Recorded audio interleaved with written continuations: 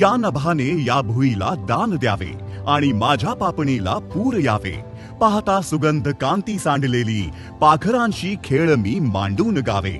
मराठी के प्रख्यात कवि ना.दो. महानोर की ये पंक्तियां दिल को छू लेने वाली हैं. प्रकृति का इतना लुभावना वर्णन सुनकर शरीर में रोमांच जाग उठता है. हरे भरे पेड़ों को देखकर प्रकृति का ये खूबसूरत रूप और भी खिल उठता है. पेड़, प्रकृति की आत्मा. पेड़ ही इस धरती को और सुंदर बनाते हैं.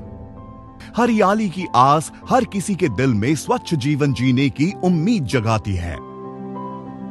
महाराष्ट्र की मिट्टी में इस प्रकृति के हरियाली के रूप में कई अनमोल हीरे जड़े हैं. जहां ऊंचे पहाड़ों की वादियां, जंगलों में खिलती तितलियां और सभी इंसानों के लिए प्राणवायु, ये सब कुछ दिया है इन पेड़ों ने. लेकिन इंसान अपने स्वार्थ के लिए इस पर्यावरण को ही नोचने लगा. फिर इसके नकारात्मक परिणाम सामने आने लगे. कहीं सूखा, कहीं बाढ़. प्रकृति के क्षरण की चिंताजनक तस्वीर फिर इंसान के सामने आने लगी.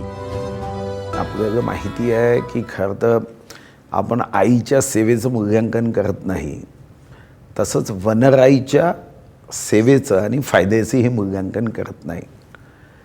ऑक्सिजनची किंमत जेव्हा दवाखान्यात आपल्याला ऑक्सिजन चढवला जातो आणि त्याचं बिल फाटलं जातं, तेव्हा ऑक्सिजनची किंमत समजतं.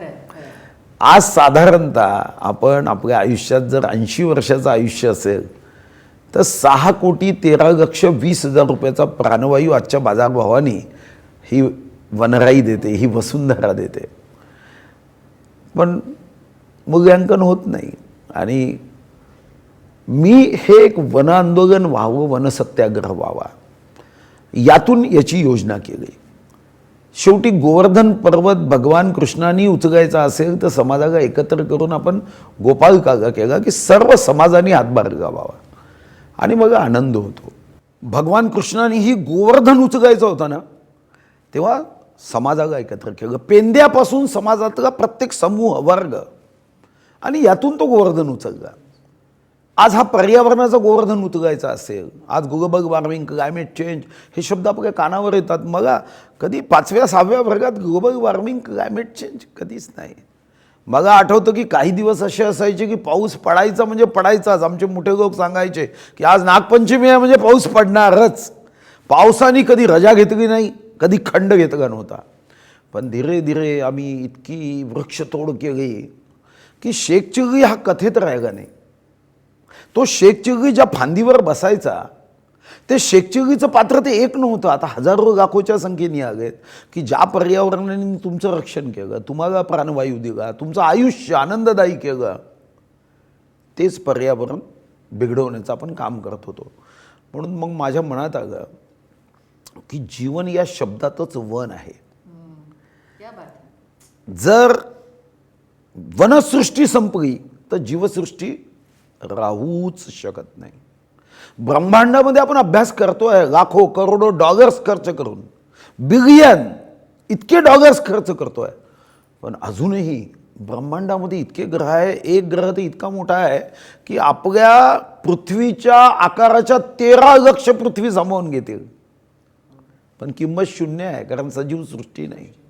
आणि सजीव सृष्टी ही फक्त आणि फक्त एकाच कारणाने आहे, ती म्हणजे वृक्षसृष्टी आहे.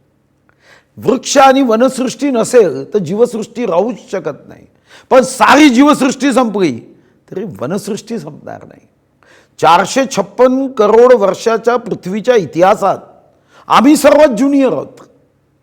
पण ज्या वेगाने आम्ही या पर्यावरणाचा ऱ्हास करतोय, तेव्हा मनात विचार आला की आपण काही तर वाटा उचलू शकतो.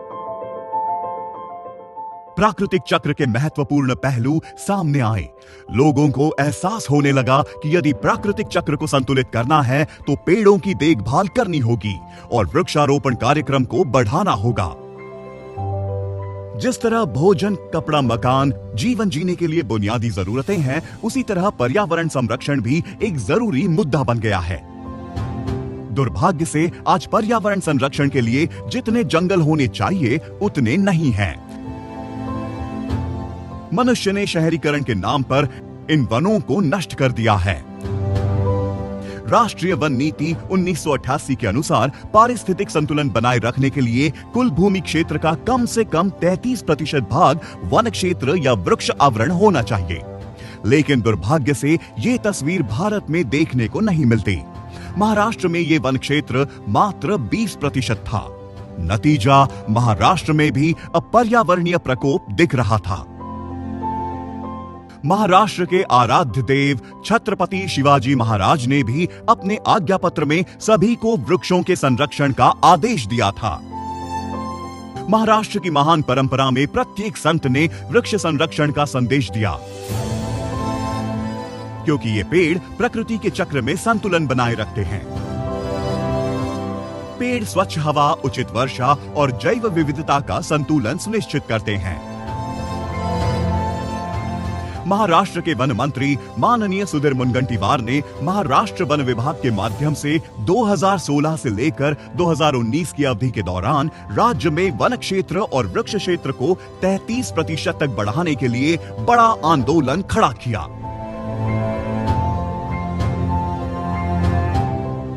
विश्व शतकातला विज्ञानावर विश्वास असणारा हा मानव, पण पर्यावरणाचा ऱ्हास होताना सगळा संकल्प करूया की आम्ही पर्यावरणाच्या ऱ्हासाचे दर्शक नव्हे तर रक्षक होऊ आणि पर्यावरणाचं संवर्धन करण्यासाठी वृक्ष लागवडीचा प्राणवायू देणाऱ्या वृक्षाची पूजा, त्याचं संवर्धन करून संरक्षण करून।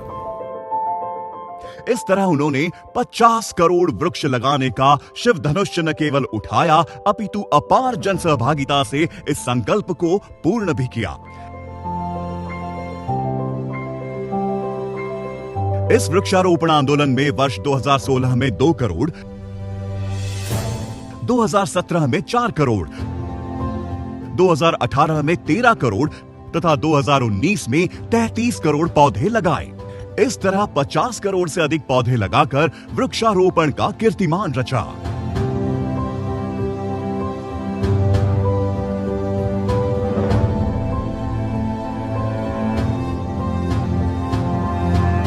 पहिल्यांदा मी माहिती घेतली की आपल्या राज्याच्या 3,07,713 स्क्वेअर किलोमीटरपैकी आमचं क्षेत्र किती। मग लक्षात आलं की वनक्षेत्र 20.15% आहे, स्टँडर्ड किती 33%। किती कोटी वृक्ष लावावे लागतील? 400 कोटी। 400 कोटी वृक्ष लावण्यासाठी आमच्याकडे जमीन आहे का? तो उपलब्ध नाही।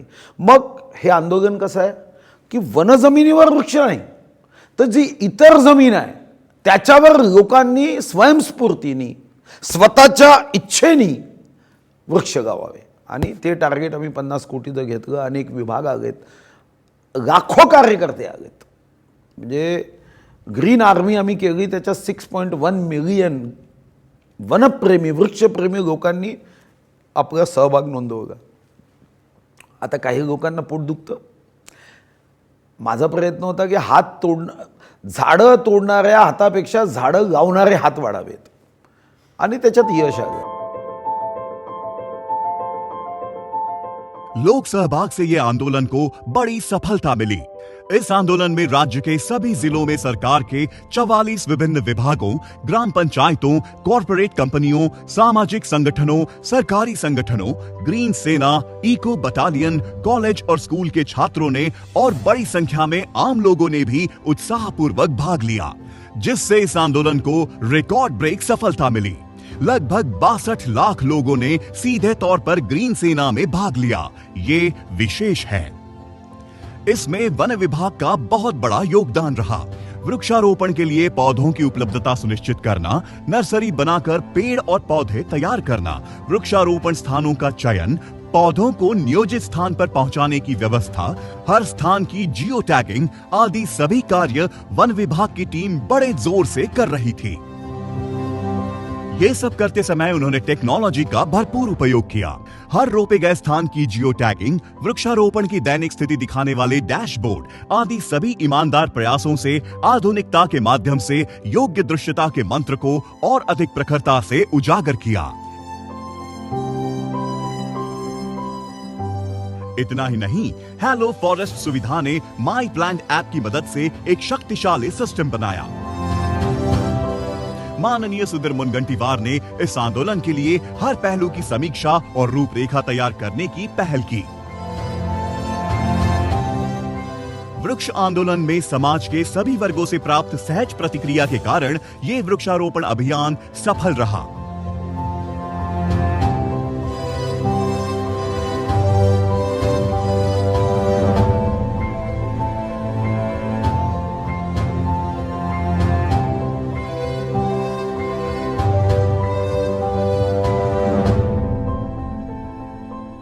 विशेष ये है कि माननीय प्रधानमंत्री नरेंद्र मोदी ने अपने रेडियो कार्यक्रम मन की बात में इस अभियान की सराहना की।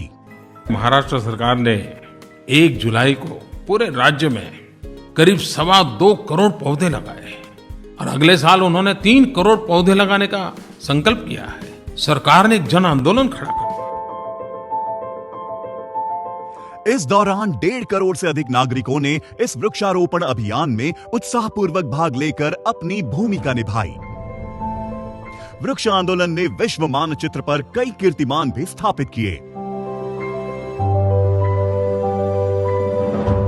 सुधीर भाऊ हे शब्द उच्चारले की 50 कोटी वृक्ष लागवडीचा विक्रम आठवतो।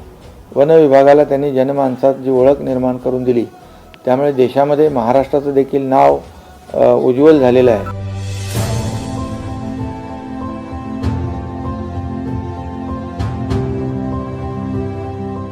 50 करोड़ पेड़ लगाने के संकल्प को साकार करने के लिए सरकार, प्रशासन और जन भागीदारी के ईमानदार प्रयासों से आज महाराष्ट्र हरा भरा हो रहा है।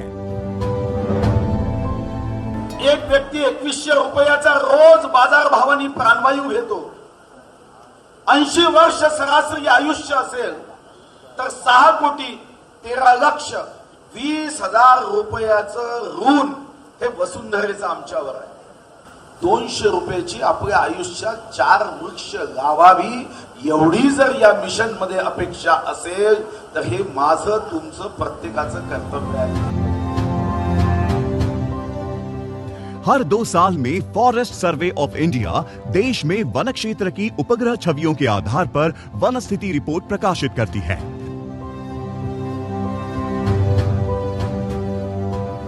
दो 2021 में प्रकाशित रिपोर्ट के अनुसार महाराष्ट्र में वृक्ष आवरण में लगभग 1,30,000 हेक्टेयर, वन क्षेत्र में 2,000 हेक्टेयर, मैंग्रोव क्षेत्र में 400 हेक्टेयर, अति सघन वन में 1300 हेक्टेयर, वनाच्छादन में 1700 हेक्टेयर की वृद्धि हुई है। इस तरह देश में महाराष्ट्र वन परिक्षेत्र वृद्धि में अग्रणी रहा। ये गर्व की बात है।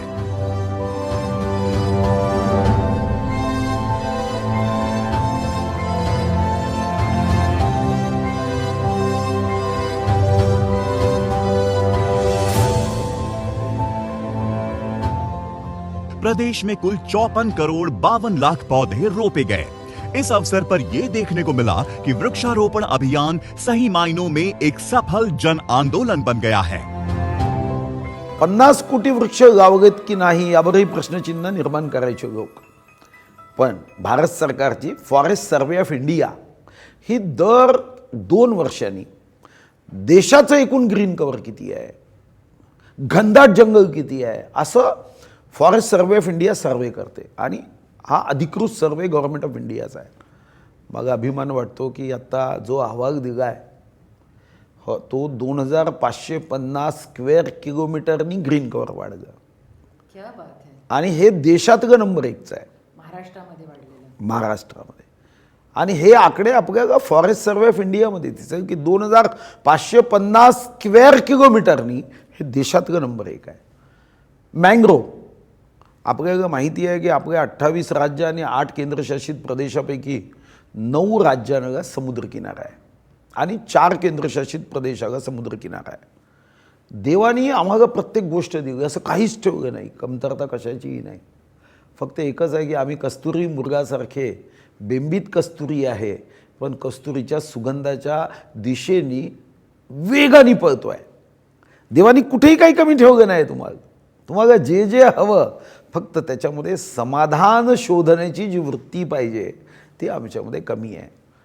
आता समुद्रातून येणारी सुनामी किंवा समुद्राच्या जीवजंतूंना सुद्धा त्यांच्या प्रजननासाठी रक्षण करण्यासाठी मँग्रोव्ज, ज्याला आपण कांदळवन म्हणतो किंवा तिवर म्हणतो, लक्ष दिलं नाही. आणि मधात जेव्हा एकदा सुनामी आली तेव्हा लक्षात आलं की आपण कुठेतरी चुकतो आहे.